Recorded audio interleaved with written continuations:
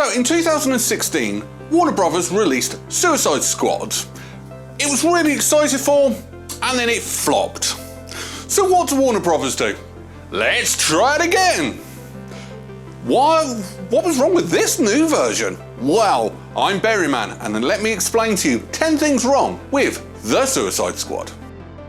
The Suicide Squad is a 2021 American superhero film based on the DC Comics team Suicide Squad. It tells the story of several convicts who join a task force known as Suicide Squad in exchange for lighter sentences, where they are sent to the island nation of Corto Maltese to destroy all traces of the giant alien starfish Starro the Conqueror before it falls into the local government's control. When the film was released, it did receive positive reviews from critics who praised Gunn's script, direction and visual style, and many of them found the film to be a significant improvement over its predecessor.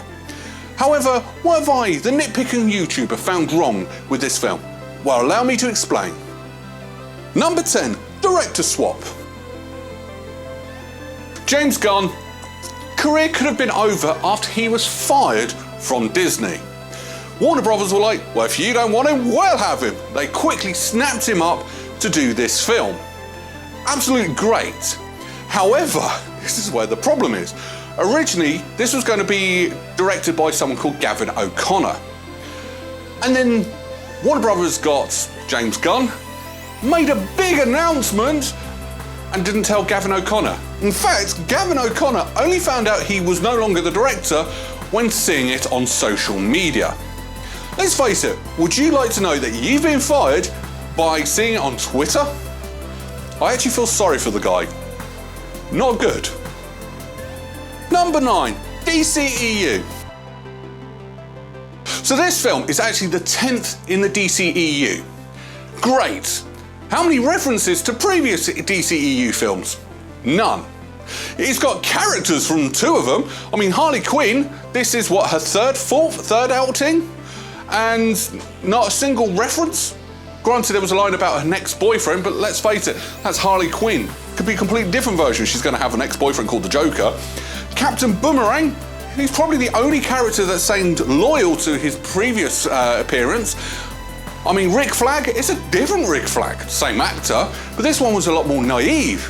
He didn't seem to know what Amanda Waller was like. I mean, Amanda Waller is the only consistent thing from the original to this one, but there's not a single reference to any of the other DCEU films. I mean, they were fighting a giant starfish at the end of this film. Superman could have come along to help, couldn't he? Number 8, can Weasel swim? Yes, they can. So why am I doing it in this video? Well, at the beginning of the film, Weasel jumped out of the plane, can't swim and drowns. Rick Flag said, did anyone check whether Weasel could swim? And everyone's like, Well, quick Google search. Weasels actually do like the water. They can swim. They don't hunt in the water, but they enjoy it, and yeah, they can swim. So why couldn't that thing not swim? Number 7, noise. So as they're going to attack a camp to try and rescue Rick Flag, even though he didn't actually need rescuing, they're trying to do it stealthily, which for the most part they do.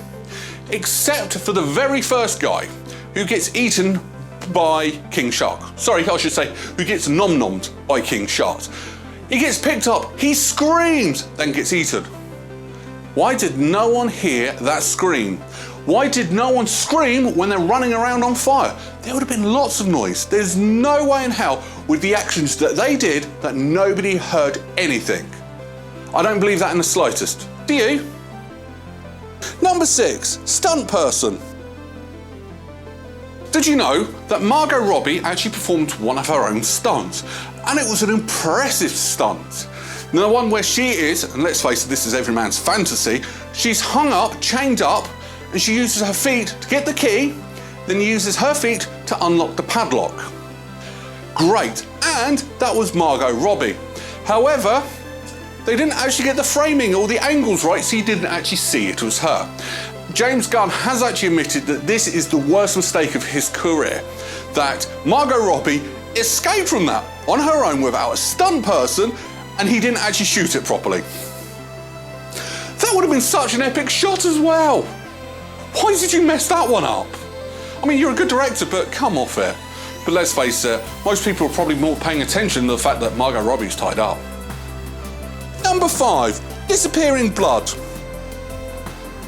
So moving on from Harley Quinn escaping, she is going through all these soldiers. First of all, she's got some handguns, pop, pop, pop. Then she gets some machine guns, bang, bang, bang. And then she gets a javelin where she starts stabbing lots and lots and lots of people till she escapes. And she gets outside, hails a cab down, and the javelin, which has been stabbing lots and lots and lots and lots of people, has no trace of blood on it. That would be covered in blood. But where was it? What happened to the blood? Did she clean it? Could we have a scene where they actually clean the weapon before they go outside? That would have been all right, but there was no blood. Whoops, error. Number 4, the Thinker. There's lots of different versions of the Thinker, and this version of the Thinker is based on the new 52 version of the Thinker, even though the pipes on his head actually looks like sonic screwdrivers rather than data cables. I think that's to do with the fact that Peter Capaldi just left Doctor Who when he started doing this. However, that's not the issue that I have. The fact that they gave this guy a name. They called him Dr. Gaius, which was also the name of the Doctor in Battlestar Galactica. The version that this Thinker's based on doesn't have a name at all. Even today, when filming this, and I just double checked it, he's not been named. Could he have names from any of the previous Thinkers? Well, no. They were Clifford DeVoe, Clifford, Desmond, and an AI. None of them were this guy. Why did you give the guy a name? Why couldn't you just call him Thinker or give him one of the previous names? But you really messed up this version of the Thinker. Especially, he wasn't really that intelligent. Number 3, escape. This bugged me watching this film. Why did the building have to be blown up for the starfish to escape? He wasn't chained up, and that was normal glass. He could have escaped at any time. I mean, he was demolishing buildings left, right and centre with no effort whatsoever. So why did he not escape beforehand? Didn't make sense. Why could he not escape? There was nothing there that was special to keep him there. Literally, as soon as they demolished the building on top of his cage and a glass window broke, he escaped. And then for the rest of the film, he's destroying glass windows and brick buildings every 5 seconds. He could have escaped at any time. Why not? Number 2, bad shots. So during this film, they make out that Bloodsport and Peacemaker are an absolutely cracking shots. I'm not on about Peacemaker in this part though, I'm on about Bloodsport, because they show off his shooting abilities all the way through this film, how great of a shot he is. And then when he's using his gun to shoot at a giant starfish with the world's biggest weak point, he misses the weak point. It wasn't a little thing, it was huge. Anyone who plays video games, aim for the eyes. You could not miss that eye at all, but not a single shot hit his eye. It was awful. It was a good shot and then an appalling shot. You've just ruined Bloodsport. Number 1, tower scenes. So right at the end of this film, Ratcatcher has a flashback where she's sitting with her dad on top of a tower. How did they sit on top of that tower?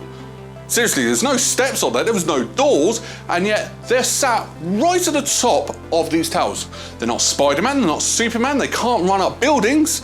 So how did they get up there, and how the hell did they get down without dying? It doesn't really make much sense why they were sat somewhere it's near enough impossible to actually sit. Any answers, any theories? Let me know. Final thoughts. The ultimate question when watching this film, is it better than the 2016 version? Hell yes, it's a lot better. Do I wish there was a little bit of some referencing to the previous film? Yes, but technically this is a soft reboot even though it's in the same universe. That's the part that bugs me. Yes, that film flopped. We can make another one. New team, and yes, but no, they didn't do that. But overall, this is a massive improvement. It's an enjoyable film. It's a fun film to watch, to sit back and enjoy and laugh. John Cena's and Idris Elba's chemistry with each other is brilliant. Harley Quinn, and I think they've got Harley Quinn perfectly. She's not the centre of focus. She's actually more of the background player, and that's where she is really shining. She does better and has better scenes being not the focus of attention, because all of a sudden she just causes chaos. Great.